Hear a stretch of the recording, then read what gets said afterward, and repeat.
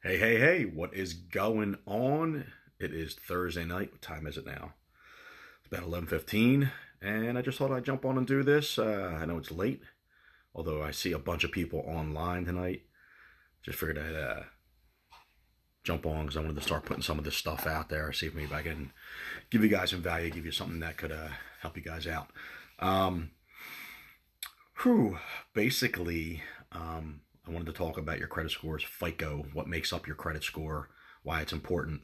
Um, Obviously, it's used for getting loans and credit cards and things like that, but um, why you want to have good credit is showing a history of being able to pay your debt and pay your debts on time is going to entitle you to be able to get more bigger loans and things. Obviously, as you grow up from a younger age, teenage age into your adulthood, renting an apartment, buying a home, buying a car, things like that. Those are the bigger types of loans you need better credit and more credit for. So anyway, let's see. Well, between extra money that we've made with our business and have paid off a bunch of credit card debt over the last few years, one of my good buddies, GK, who is one of my good friends and business partners, um, has done some credit seminars, education, and I went to one of his, and I learned from him. And over the past, I'd say year and a half, around a year and a half, um, my score went up over 100 points. My credit score went up over 100 points. Is now just around 750, a little higher than 750. If you don't know, the credit score runs anywhere from 300 to 850. 850 obviously would be excellent. You're at the top. But once you hit 800, you're kind of in that excellent range, 8 to 850. Once you're over 750, you're like great. You're like really great credit. So mine's at about 750 now. I've got whatever credit card debt that we have left. I have gotten into all 0% interest, which means there's no interest. And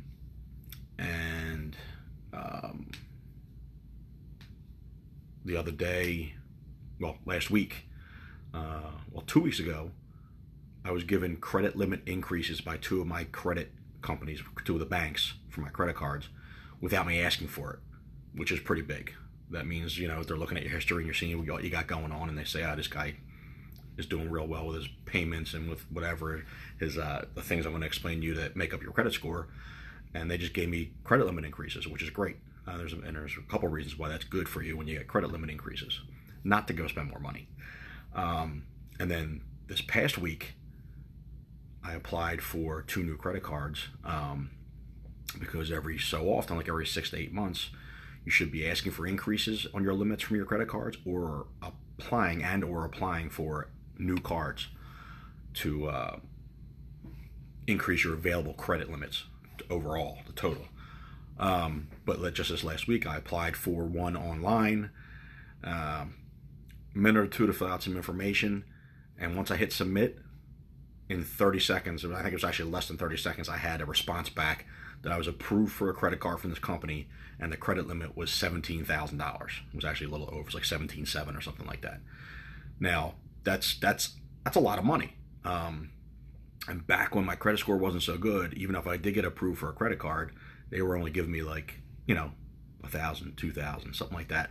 So to get approved for a new credit card in less than 30 seconds for $17,000 is pretty sweet. That means that my credit and everything is looking very good now.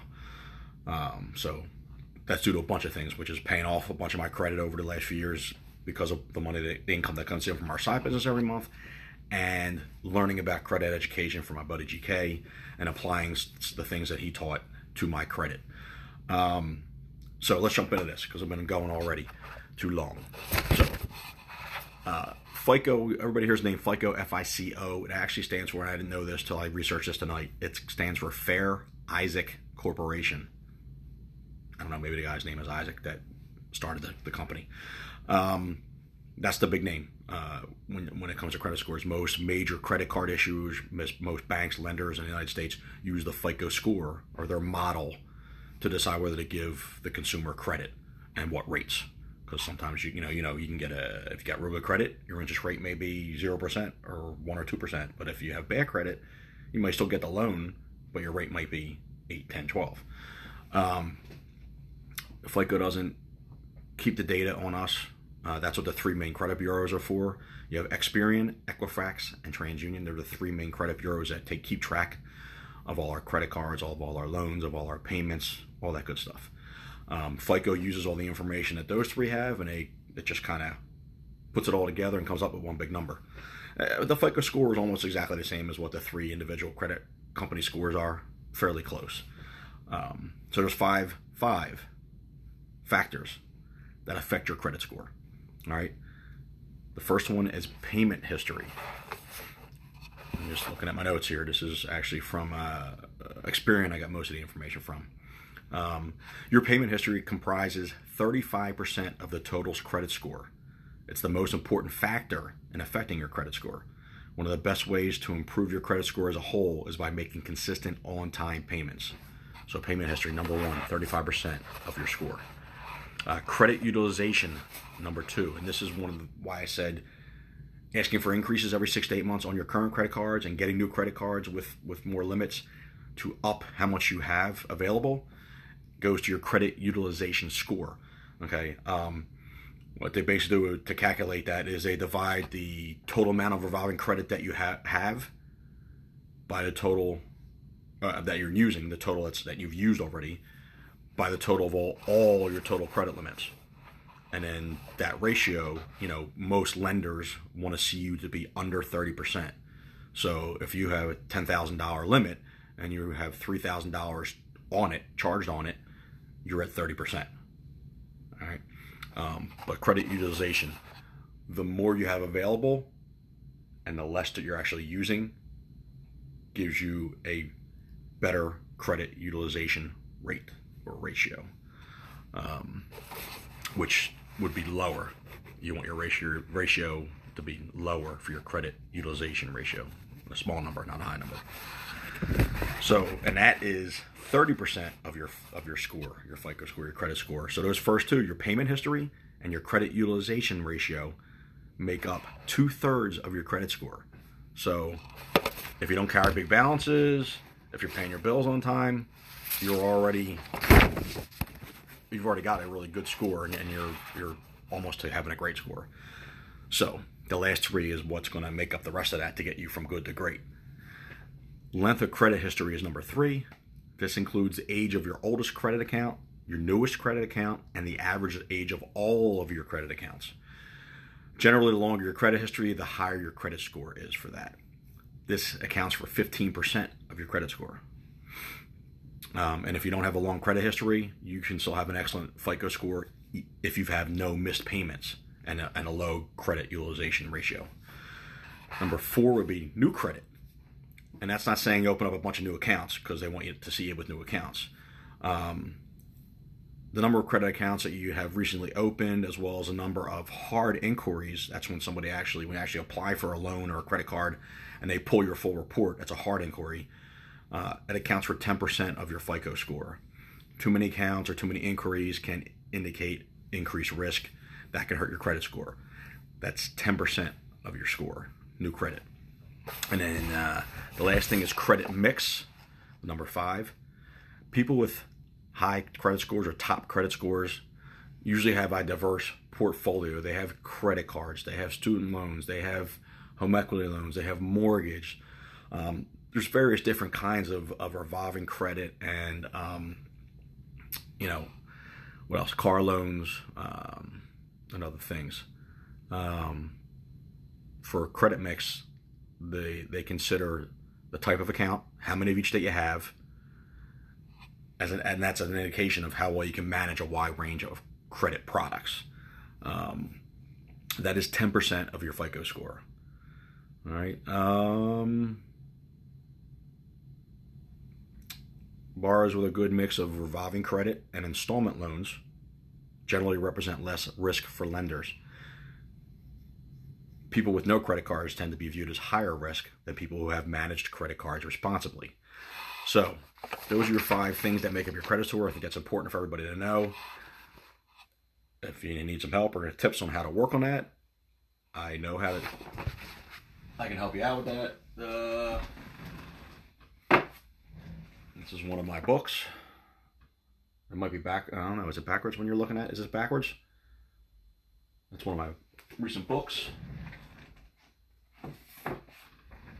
Thanks to my man GK. And obviously you know what I did with my credit. So if you have any questions, I can answer them. But just to recap real quickly, the 5 elements that affect your FICO score, your credit score, or that make up your credit score. Your payment history. Pay on time. Credit utilization, which means the amount of credit that you have and how much that's being used. That ratio, you want a lower number. So obviously you want more available and less being used. Number 3 was length of credit history.